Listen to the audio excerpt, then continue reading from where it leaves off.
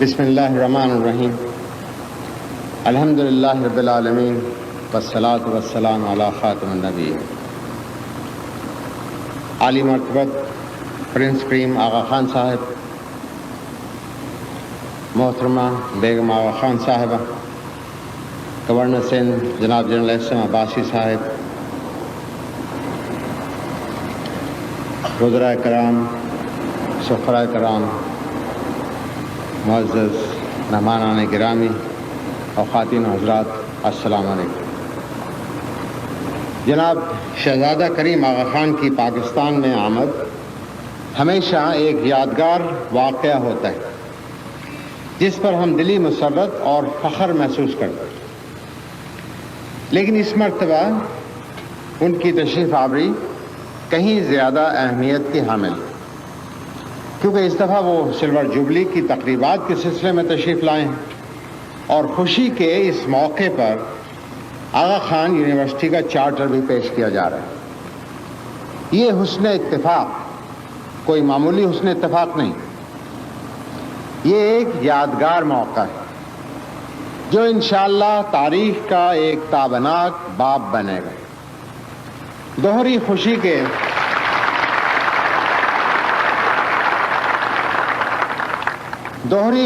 کے اس موقع پر پاکستان تشریف لانے پر میں جناب ہز ہائنس کریم آغا خان کو خوش آمدید کہتا ہوں اور پاکستان میں یہ یونیورسٹی قائم کرنے پر ان کا شکریہ ادا کرتا ہوں.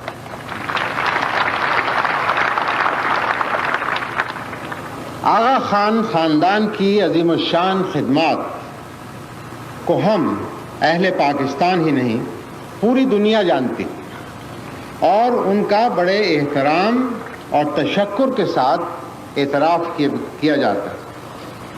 خاص کر پاکستان میں انہوں نے عوامی فلاح و بہبود کے لیے جو کام انجام دیے ہیں، ہم ان کے لیے ممنون ہیں. ان کاموں سے ان کے جذبہ قوت اور انسان دوستی کا پتہ چلتا ہے.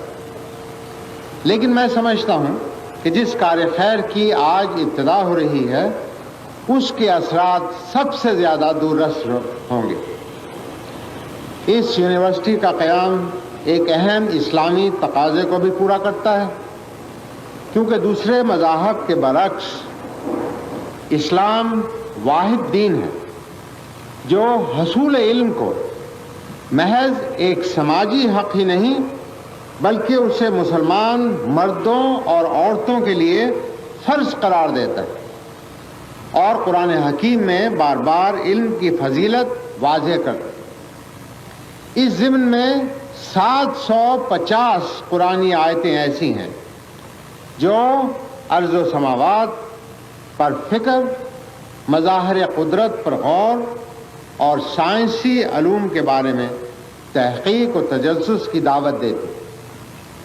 اسلام کے ابتدائی ادوار میں جب مسلمانوں نے ان قرآنی آیات پر عمل کیا تو کئی علوم خصوصاً طب، ریاضی، علوم فلکیات، علم کیمیا میں گراں قدر خدمات سر انجام دے اور دیگر اقوام عالم کی رہنمائی کی.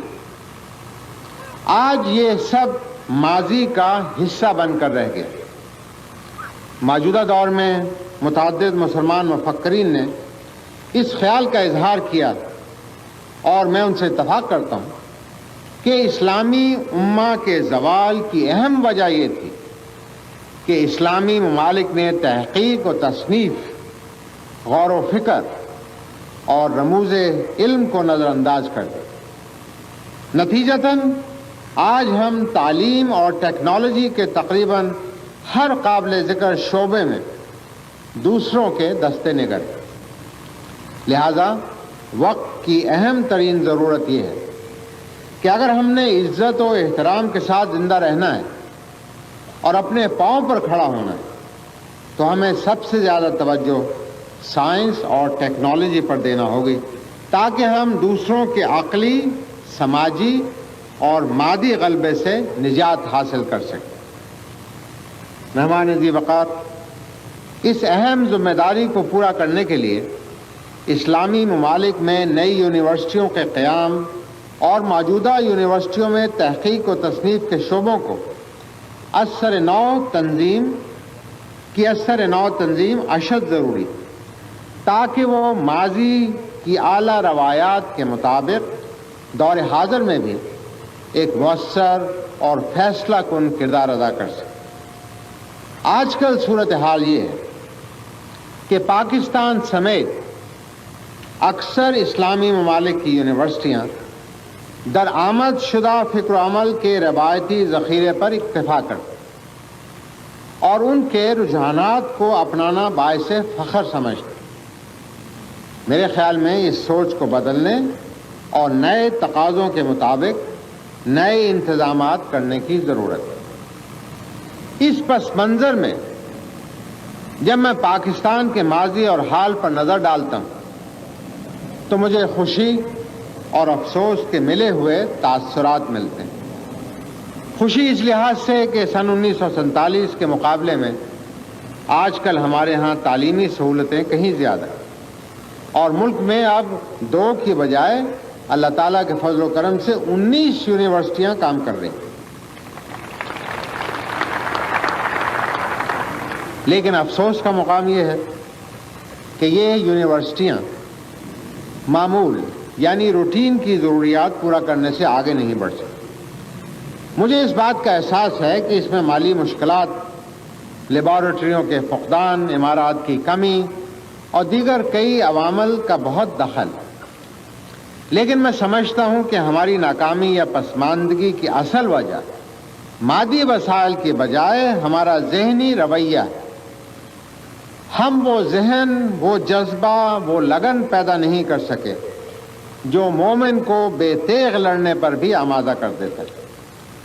اس کا ہرگز یہ مطلب نہیں کہ ہماری درسگاہوں میں محنتی، باصلاحیت اور فرض شناس اساتذہ سرے سے موجود نہیں، یا ہمارے طلباء علم و تحقیق سے لگاؤ نہیں رکھتے۔ ایسی صورتحال نہیں ہے، لیکن اپنی جگہ یہ ایک تلخ حقیقت ہے کہ قابل اساتذہ اور محنتی طلباء کی تعداد نسبتاً بہت کم ہے، اور یہ کہنا مبالغہ نہ ہوگا کہ ہماری بعض درسگاہوں میں وہ تعلیمی فضا تقریباً ناپید ہے جو تحقیق اور اسکالرشپ کے لیے ضروری سمجھی جاتی ہے۔ یہی وجہ ہے کہ ہماری اکثر یونیورسٹیاں علم و دانش کے میدان میں وہ قیادت مہیا نہیں کر سکیں جس کی ان سے توقع کی جاتی۔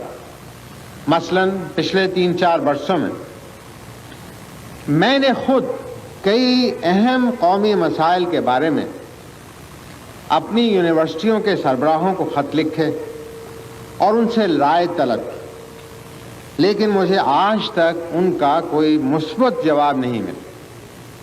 اسی طرح وہ از خود بھی قومی مسائل کے بارے میں تحقیق نہیں کرتی اور کوئی ایسی رپورٹ مرتب نہیں کرتی جو پالیسی بنانے والوں کے کام آ سکے۔ اس موقع پر مجھے کینیڈا کی میگل یونیورسٹی یاد آ رہی، جس کے اسلامی شعبے نے تحقیق و تصنیف کا اتنا کام کیا ہے کہ ہماری تمام یونیورسٹی نے مجموعی طور پر اتنا کام نہیں کیا۔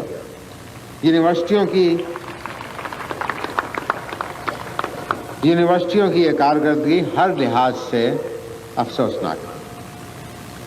اس پس منظر میں غیر سرکاری سطح پر اس پہلی یونیورسٹی کا قیام واقعی ایک تاریخ ساز واقعہ ہے۔ ہمیں اس یونیورسٹی سے بہت سی توقعات، ان توقعات کی بڑی بڑی وجوہات یہ ہیں۔ اول تو اس یونیورسٹی سے جناب آغا خان کا نام نامی منسوب ہے۔ دوسرے، اس یونیورسٹی کے قیام میں جناب کریم آغا خان صاحب نے خود ذاتی دلچسپی لی۔ تیسرے، اسے انشاءاللہ وہ مالی مجبوریاں اور قواعد و ضوابط کی مشکلیں بھی درپیش نہیں ہوں گی جو عموماً حکومت کی سرپرستی میں چلنے والی یونیورسٹیوں کو درپیش ہوتی۔ چوتھے یہ کہ اس یونیورسٹی میں جن ممتاز شخصیتوں کو درس و تدریس کی ذمہ داریاں سونپی جائیں گی ان کا انتخاب دنیا بھر کے چیدہ لوگوں سے کیا جائے گا۔ مہمان گرامی، آپ کے بلند عزم، آپ کے وسائل، آپ کی لگن کے پیش نظر یہ بات وثوق سے کہی جا سکتی کہ انشاءاللہ رفتہ رفتہ اس یونیورسٹی کا پلان آپ کی امنگوں کے مطابق خواب سے حقیقت میں بدلتا جائے.